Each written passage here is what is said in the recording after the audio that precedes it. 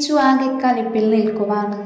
വേറൊന്നുമല്ല, അനുവിൻ്റെ വായി നോട്ടം തന്നെ കാരണം. അത്രയ്ക്ക് നോട്ടമാണല്ലോ പെണ്ണിൻ്റെ. അതവന് തീരെ ഇഷ്ടപ്പെടുന്നില്ല. അതുകൊണ്ട് തന്നെ വിച്ചു കലി മുഴുവൻ അവൻ്റെ പല്ലിൽ തീർക്കുന്നുണ്ട്. പാവം, ഇതൊന്നും അറിയാതെ അനു ശരണിനെ വായി നോക്കി നിൽക്കുക തന്നെയായിരുന്നു. അനുവാണെങ്കിലോ വിച്ചു കാണാൻ വേണ്ടി മാത്രമാണ് അങ്ങനെ കൊഞ്ചിക്കുഴഞ്ഞു നിൽക്കുന്നത്. അതിൻ്റെ റിസൾട്ട് വിച്ചുവിൽ കാണുന്നുമുണ്ട്. ആ ഭദ്രകാളി നിൽക്കുന്ന നിൽപ്പ് കണ്ടില്ലേ? ഞാനിവിടെ ഒലക്ക് വിഴുങ്ങിയ പോലെ ഇരിക്കുന്ന കണ്ടിട്ടും അവൻ്റെ ചോര ഊറ്റുന്ന കണ്ടില്ലേ അവൾക്കെന്താ എന്നെ നോക്കിയാൽ? ഞാനിവിടെ ഇത്ര സുന്ദരനായി വന്നിരുന്നിട്ട് അറിയാതെ പോലും ആ കുരങ്ങി നോക്കുന്നില്ലല്ലോ.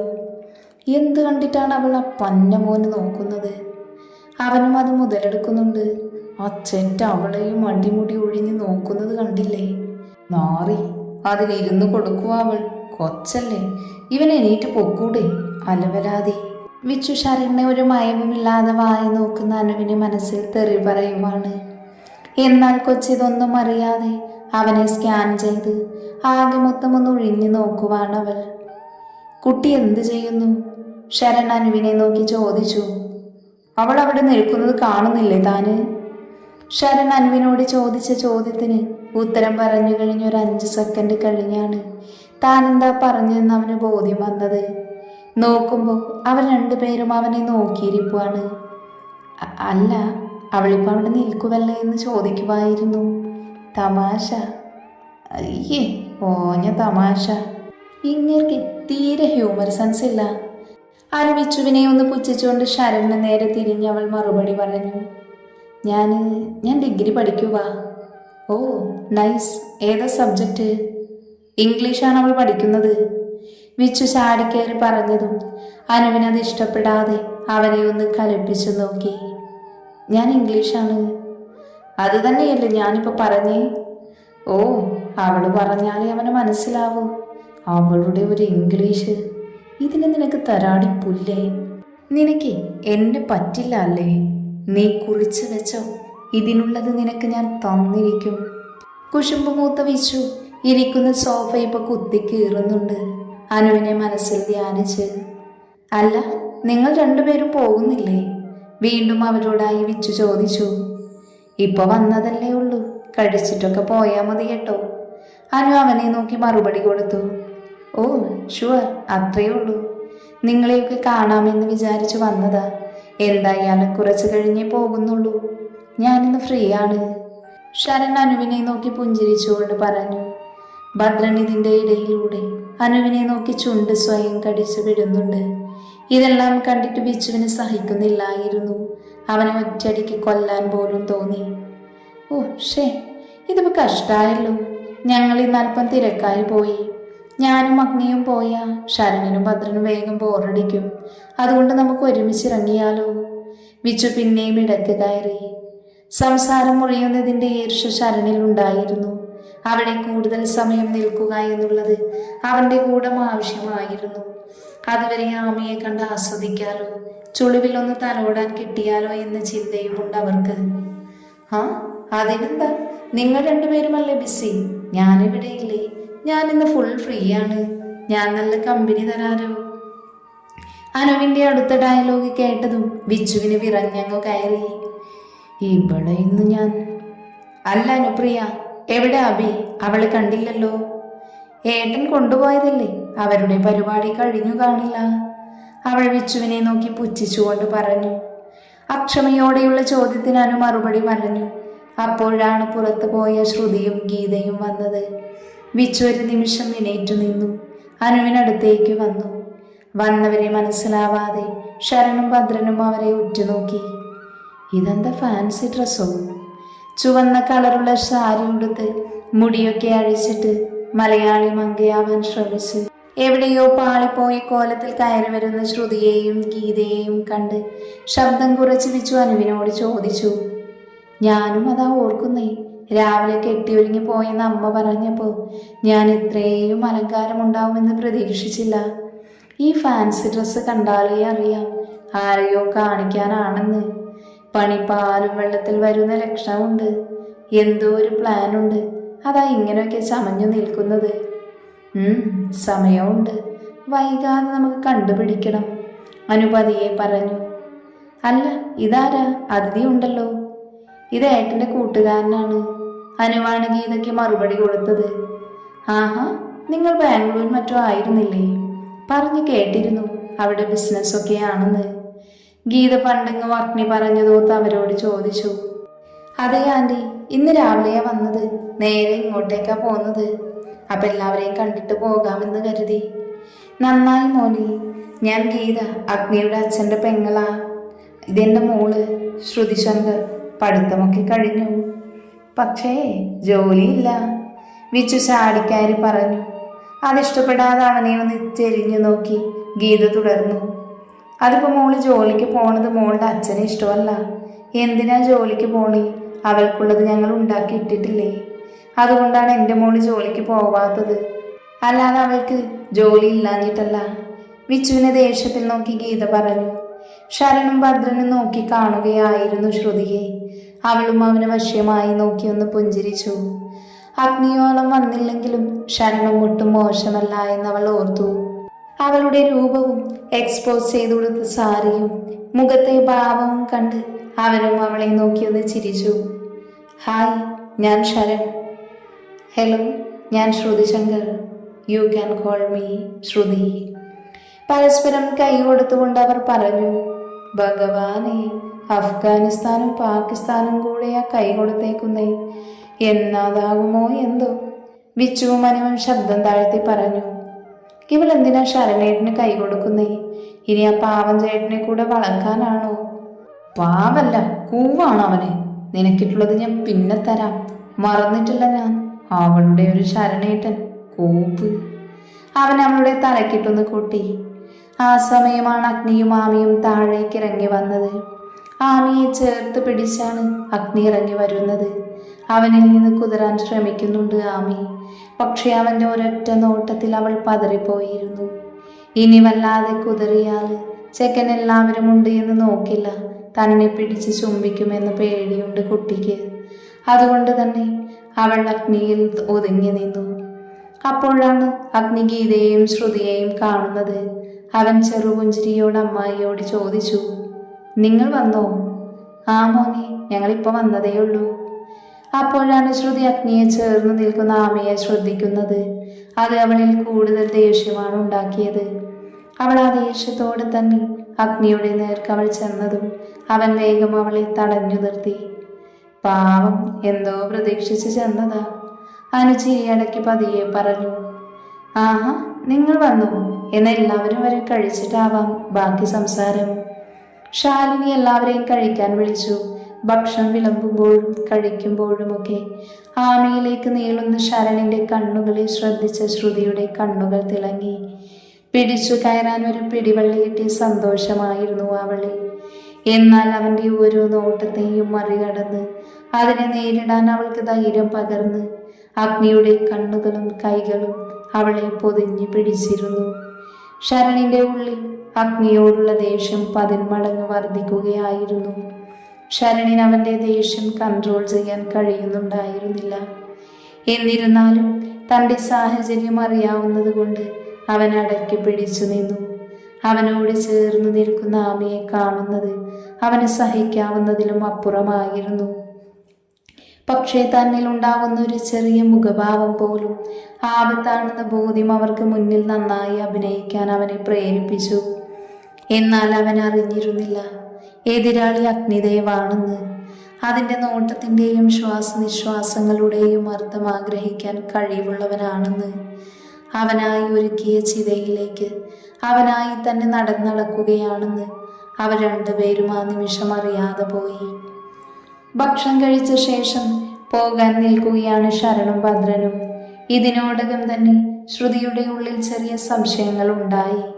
ശരണാമിയെ നോക്കുന്ന നോട്ടം അവളിൽ പല സംശയങ്ങളും പൊട്ടിമുളച്ചു. അവളുടെ കണ്ണുകൾ തൻ്റെ സംശയങ്ങൾ ഉറപ്പിക്കാനെന്നവണ്ണം അവർക്ക് പിന്നാലെ പാഞ്ഞുകൊണ്ടിരുന്നു. ആമയുടെ അസ്വസ്ഥത മനസ്സിലാക്കി അഗ്നി ഒരു നിഴല് പോലെ അവൾക്കൊപ്പം ഉണ്ടായിരുന്നു. വിച്ചു അവൻ്റെ ശ്രദ്ധ തിരിക്കാൻ എന്നവണ്ണം ശരണിൻ്റെ പുറകെ നടന്ന് സംസാരം തുടർന്നു. അവനെ ശല്യപ്പെടുത്തി. ഞാനെന്നാ പതിയങ്ങിറങ്ങുക, ശരൺ എല്ലാവരോടുമായി പറഞ്ഞു. ഓ, വലിയ ഉപകാരം, ഇറങ്ങിപ്പോണോ മാറി, മനുഷ്യനെ മെനക്കെടുത്താതെ, വിച്ചു പതിയെ പറഞ്ഞു. ഇടക്കൊക്കെ ഇങ്ങോട്ടേക്ക് ഇറങ്ങണം കേട്ടോ, സ്നേഹത്തോടെ ശാലിനി അവനോട് പറഞ്ഞു. അതിനെന്താ ആൻറ്റി, ഞാൻ എപ്പോഴും വരാലോ. ശരൺ അഗ്നിയടക്കം എല്ലാവരെയും ഒന്ന് നോക്കി ചിരിച്ചിറങ്ങി മുന്നോട്ട് നടന്ന് മറുപടി പറഞ്ഞു. ഇടയ്ക്ക് വെച്ച് അവനൊന്ന് തിരിഞ്ഞ് ആമിയെ നോക്കി. അത് കണ്ട് അഗ്നി പൊടുന്നനെ അവൾക്ക് മുന്നിലേക്കൊരു മറയായി അവൻ കയറി നിന്നു. ഒരു നിമിഷം ശരണൊന്ന് ഞെട്ടി. പക്ഷേ അഗ്നിയുടെ ചിരിച്ച മുഖം കണ്ട് അവനും തിരികെ ഒരു ചിരി നൽകി കാറിൽ കയറിപ്പോയി. എന്ത് നല്ല പയ്യനല്ലേ, എന്ത് നല്ല പെരുമാറ്റവാ. അല്ലാതെ ചിലരെ പോലെ മൂത്തവരോട് നേരം മെക്കിട്ട് കയറുവല്ല വേണ്ടത്. ഗീത വിച്ചുവിനെ ഒന്ന് ഇരുത്തി നോക്കിക്കൊണ്ട് പറഞ്ഞു. പാത്രം അറിഞ്ഞില്ല ഗീതമായി വിളമ്പാൻ പറ്റൂ. വിച്ചു ആക്കിയ ഒരു ചിരിയോട് അവരെ നോക്കി മറുപടി കൊടുത്തു. ആ പിന്നെ അമ്മായി പറഞ്ഞത് നേരാ, നല്ല പയ്യനാ. വേണേൽ മോൾക്ക് വേണ്ടി ഒന്ന് ആലോചിച്ചോ. അത് നീ പറഞ്ഞിട്ട് വേണ്ട, എനിക്ക് വേണമെന്ന് തോന്നിയ ഞാൻ എൻ്റെ മോളെ കൊണ്ട് തന്നെ കെട്ടിക്കും. നീ എന്ത് ചെയ്യും? ഗീത വിട്ടുകൊടുക്കാൻ തയ്യാറായിരുന്നില്ല. അമ്മ ഒന്നിങ്ങ് വന്നേ, ഞാൻ പറയട്ടെ. ശ്രുതി ഒരു വിധത്തിൽ ഗീതയെയും വലിച്ചുകൊണ്ട് അകത്തേക്ക് പോയി. ഹോ, അതങ്ങ് നടന്നാ മതിയായിരുന്നു. വിച്ചുമേലേക്ക് നോക്കി പ്രാർത്ഥിച്ചു. എന്ത്? അനു കണ്ണുകൂർപ്പിച്ച് ചോദിച്ചു. അതുങ്ങളുടെ രണ്ടിൻ്റെയും കല്യാണി അത്താളിലേക്ക് അങ്ങനത്തെ നല്ല ബുദ്ധി വല്ലതും തോന്നിയാ മതിയായിരുന്നു എന്ന്. ഇല്ല, ഞാനതിന് സമ്മതിക്കില്ല. അങ്ങനെ വല്ലതും നടന്നാലേ പാവം ശരണേട്ടൻ എങ്ങനെയെങ്കിലും ഞാൻ രക്ഷിച്ചിരിക്കും. അതുറപ്പാ. ആ പൂതനയെ കെട്ടി ജീവിതകാലം മുഴുവൻ നിരയിക്കാനേ ഞാൻ സമ്മതിക്കില്ല. അനു തീരുമാനിച്ചുറപ്പിച്ച പോലെ പറഞ്ഞു. ഇവളോട് പറഞ്ഞിട്ട് കാര്യമില്ലെന്ന എക്സ്പ്രഷനിൽ നിൽക്കുവാണ് ആമി. അഗ്നിയാണെങ്കിൽ ഇതൊന്നും മൈൻഡാക്കുന്നതേയില്ല. ദേ അഗ്നി, ഇതിനകത്തോട്ട് പറഞ്ഞു വിട്ടില്ലേലേ ഇവിടെ ചോരപ്പുഴ ഒഴുക്കും ഞാൻ. ഇവൾക്ക് എന്താ അവനോട് ഇത്ര സോഫ്റ്റ് കോർണർ? ആ ചെറ്റ വന്നത് മുതൽ അവന് വായി നോക്കി ഇരിക്കുവായി മൊത്തങ്ങ തലശി. നിങ്ങൾക്ക് എന്താ ശരണേട്ടനോട് ഇത്ര ദേഷ്യം? അനു ഒരു അംഗത്തിന് തയ്യാറായി വിച്ചുവിനെ നോക്കി നിന്നു. അനു, നീ അകത്തേക്ക് ചെല്ല്. പെട്ടെന്ന് അഗ്നി അത് പറഞ്ഞതും വിച്ചുവിനെ നോക്കി ഒന്ന് കോക്കറി കാണിച്ചവൾ അകത്തേക്ക് ഓടി. പുറകെ തന്നെ ആമിയും പോയിരുന്നു. എന്നാലും എന്തിനാവും അവൻ വന്നത്? അങ്ങോട്ടേക്ക് മനസ്സിലാവുന്നില്ലല്ലോ. ശത്രുവിൻ്റെ ബലമളക്കാനാകും. നേർക്കുനേർ കണ്ടിട്ട് കുറെ വർഷങ്ങളായില്ലേ, അതുകൊണ്ട് ഇപ്പോഴത്തെ വിവരം നേരിട്ടറിയാനാവും. അത് നന്നായി. ഇങ്ങോട്ട് വന്ന് കയറിയ പിന്നെ നമ്മുടെ തെറ്റൊന്നുമല്ല. വരട്ടെ, നോക്കാം അവൻ എന്താ ചെയ്യാൻ പോകുന്നതെന്ന്. അതെ, നാളങ്ങ് വീട്ടിലോട്ട് വരാൻ അച്ഛൻ പറഞ്ഞിട്ടുണ്ട്. നിന്നെ വിളിക്കുമായിരിക്കും. കാവല പൂജയല്ലേ, എല്ലാവരും വന്നേക്കണം. ഇങ്ങനെ ഇവിടെ വന്ന് പറയണമെന്നൊക്കെ എന്നോട് പ്രത്യേകം പറഞ്ഞിരുന്നു. അമ്മായിയോട് അമ്മ പറഞ്ഞിട്ടുണ്ട് എന്ന് പറഞ്ഞു. അമ്മയും ഇന്നലെ സൂചിപ്പിച്ചിരുന്നു രാവിലെ അമ്മാവൻ വിളിച്ചുവെന്ന്. ഞാനിന്ന് അങ്ങോട്ട് പോട്ടെ. നാളത്തേക്ക് കുറെ കാര്യങ്ങൾ അച്ഛൻ പറഞ്ഞേൽപ്പിച്ചിട്ടുണ്ട്. അത് മറന്നാൽ തീർന്നു മോനെ. അച്ഛൻ തിരുമേനിയെ കൂട്ടിക്കൊണ്ടുവരാൻ പോയതാ. ആ, എന്ന് ചെല്ല്, ഞാനും ഇറങ്ങുക. ആ, അതിനു മുന്നേ എനിക്കിത്തിരി പണിയുണ്ട്, നീ വിട്ടോ. അഗ്നിയോട് അത്രയും പറഞ്ഞു വിച്ചു അകത്തേക്ക് ഓടി. അഗ്നി വേഗം തന്നെ ഓഫീസിലേക്ക് പോയി. വിച്ചു നേരെ പോയത് അനുവിൻ്റെ റൂമിലേക്കാണ്. ചെന്നപ്പോൾ ഡോറ് ചാരി കിടപ്പുണ്ട്. അവൻ പതിയെ തുറന്നകത്തു കയറി. ഡി അനു ഇട്ടിരുന്ന ടോപ്പ് ഊരുന്നതിനിടയിലാണ് വിച്ചു വാതിലും തള്ളി തുറന്നകത്തേക്ക് വന്നത്. ഒരു മിനിറ്റ് വിച്ചു കരണ്ടടിച്ച കാക്കയെ പോലെ നിന്നുപോയി. പെട്ടെന്ന് എന്ത് ചെയ്യണമെന്ന് അവൾക്കും അറിയില്ലായിരുന്നു. എന്തോ ബോധം വന്ന പോലെ അവൾ ടോപ്പ് പിടിച്ച് താഴ്ത്തി. നെഞ്ചിന്റെ താഴെ വരെയാണ് ഉണ്ടായിരുന്നത്. അവൻ കണ്ണു മിഴിച്ച് നോക്കിയിരുന്നു. ഷേ, വിച്ചു അറിയാതെ പറഞ്ഞു പോയതും അവൾ അവനെ കൂർപ്പിച്ചൊന്ന് നോക്കി. ഇങ്ങനെയാണോ പ്രായം തികഞ്ഞൊരു പെണ്ണിന്റെ മുറിയിലേക്ക് കയറി വരേണ്ടത്? അയ്യോ, അതാരാ തികഞ്ഞു നിൽക്കുന്ന സാധനത്തിനെ ഞാൻ കണ്ടില്ലല്ലോ. ആരെയോ തിരയുന്ന പോലെ വിച്ചു മുറിയാകെ ഒന്ന് കണ്ണോടിച്ചു. എന്റെ കാര്യമാ ഞാൻ പറഞ്ഞത്. അനു നിന്ന് കലിപ്പായി. അയ്യോ, ആ തികഞ്ഞ സാധനം നീയായിരുന്നോ? ഞാൻ അറിഞ്ഞില്ല കേട്ടോ നീ തികഞ്ഞ വിവരം. ഇതെന്ത് കഷ്ടമാ. വെറുതെ റൂമിൽ കയറി വന്ന് വഴക്കുണ്ടാക്കുന്നത്? ഇറങ്ങിപ്പോയേ. ആഹാ, എന്നോട് പോകാൻ പറയാനായോ നീ?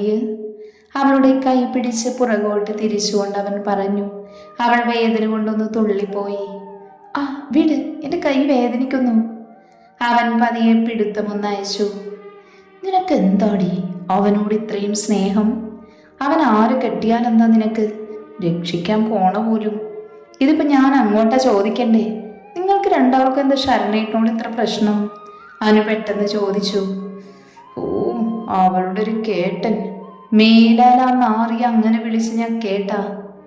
കാര്യം പറ, എന്നിട്ട് വേണോ വേണ്ടയോ എന്ന് തീരുമാനിക്കാം. വിച്ചുവിൻ്റെ മുഖം പെട്ടെന്ന് തന്നെ സീരിയസ് ആയി. അനു, ഞാൻ വളരെ സീരിയസ് ആയിട്ട് പറയുക. അവനോട് കൂടുതൽ അടുപ്പം കാണിക്കാൻ പോകണ്ട. പിന്നെ കാര്യം അത് വഴിയെ പറഞ്ഞു തരാം. കാര്യമില്ലാതെ പറയില്ല എന്ന് കൂട്ടിക്കോ. പറഞ്ഞത് മനസ്സിലാവുന്നുണ്ടോ നിനക്ക്? ഉണ്ട്. അവൾ അറിയാതെ തലയാട്ടിപ്പോയി. Good girl. നാളെ പൂജയില്ലേ? അങ്ങോട്ട് വന്നേക്കണം കേട്ടോ. അവൻ ആർദ്രമായി അവളെ പിടിച്ചു പറഞ്ഞു. എന്നാ ഞാൻ പോവാ. വേഗം പോയാട്ടെ. പക്ഷെ ഇത്ര നീ ചെയ്തിട്ടും ഞാനൊന്നും തന്നില്ലെങ്കിൽ അത് മോശമല്ലേ? അതുകൊണ്ട് പൊന്നുമോളൊന്ന് ക്ഷമിച്ചേക്ക്. അതും പറഞ്ഞ് വിച്ചു അവളുടെ അതിരങ്ങളിലേക്ക് ആഴ്ന്നിറങ്ങി. അനുവിൻ്റെ കണ്ണുകൾ മിഴിഞ്ഞു വന്നു. അവനിൽ നിന്ന് അങ്ങനെയൊന്നും അവൾ പ്രതീക്ഷിച്ചില്ല. അവളുടെ കൈ അവനിൽ അമർന്നു. വിച്ചു ആണെങ്കിൽ അവളുടെ അതിരങ്ങളുടെ മൃദുലതയിൽ ലയിച്ചു പോയിരുന്നു. പൂവിൽ നിന്ന് തേൻ കുടിക്കുന്ന വണ്ടിനെ പോലെ അവൻ അവളിൽ പാറി പറന്നു. അനുവും ആ ചുംബനം ആസ്വദിച്ചിരുന്നു. അവളുടെ കീഴ്ചുണ്ടിൽ നിന്ന് മേൽചുണ്ടിലേക്ക് പ്രവേശിച്ചതും ഇനിയും തടഞ്ഞില്ലെങ്കിൽ ഞാൻ ശ്വാസം മുട്ടി ചത്തുപോകുമെന്ന് തോന്നിയവൾ അവനെ പിന്നിലേക്ക് ഒറ്റ തള്ളായിരുന്നു. വിച്ചു ഒന്ന് വേച്ചുപോയി. അനുവാണെങ്കിൽ നെഞ്ചിൽ കൈവച്ച് ആഞ്ഞ് ശ്വാസം വലിക്കുവാണ്. അത് കണ്ടൊരു പുഞ്ചിരിയോടെ അവളെ പിടിച്ച് അവൻ്റെ നെഞ്ചിലേക്കിട്ട് തലയിൽ പതിയെ തലോടിക്കൊടുത്തു. കുറച്ചു സമയം അവർ അങ്ങനെ നിന്നു. കുറച്ചു കഴിഞ്ഞതും അനു അവൻ്റെ നെഞ്ചിൽ നിന്ന് മാറി അവനെ ഒന്ന് കൂർപ്പിച്ചു നോക്കി. ഇനിയും ഇതിങ്ങനെ കൂർപ്പിച്ചു വെച്ചാലേ ഞാനിതങ്ങ് കടിച്ചെടുക്കും പെണ്ണേ. അവളുടെ ചുണ്ടിലൊന്ന് തടവിക്കൊണ്ട് വിച്ചു പറഞ്ഞു.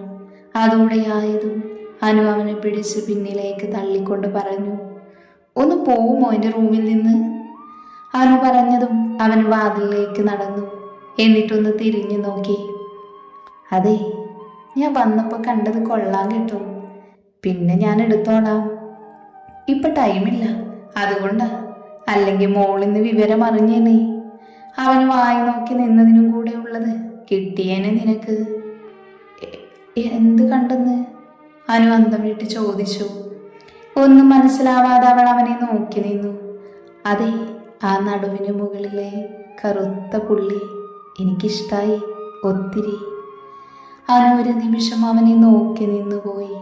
പെട്ടെന്ന് കാര്യം മനസ്സിലായതും അവൾ ദേഷ്യത്തോടെ തലയിണെടുത്ത് അവന് നേരെ എറിഞ്ഞു. ആ നേരം കൊണ്ട് അവന് വാതിൽ തുറന്ന് ഓടിയിരുന്നു. ഷോ, അയ്യേ, വിച്ചേട്ടനെല്ലാം കണ്ടോ? അവളുടെ മുഖം നാണം കൊണ്ട് ചുവന്നു കയറി. അനുമുഖം പൊത്തി തറയിൽ ഒന്ന് ആഞ്ഞു ചവിട്ടി കട്ടിലേക്ക് വീണു. ഇതേ സമയം ശ്രുതിയും ശരണും ഇനി എന്ത് വേണമെന്ന ചിന്തയിലായിരുന്നു. നേരിൽ കണ്ട ആ നിമിഷം തന്നെ രണ്ടുപേർക്ക് മനസ്സിലായിരുന്നു നമ്മൾ രണ്ടുപേരും ഒരുമിച്ച് ആ ഗുണമുണ്ടാകുമെന്ന്. കുറച്ച് സമയം കൊണ്ട് തന്നെ അവർക്ക് പരസ്പരം സഹായമാവാൻ കഴിയുമെന്ന് വരെ ഇരുവരും ഉറപ്പിച്ചിരുന്നു മനസ്സിൽ. ഏതു വിധത്തിലും തൻ്റെ പദ്ധതിയിൽ മറ്റേയാളെ ഉൾപ്പെടുത്താമെന്നവർ രണ്ടുപേരും ഒരേ സമയം ചിന്തിച്ചുകൊണ്ടിരുന്നു.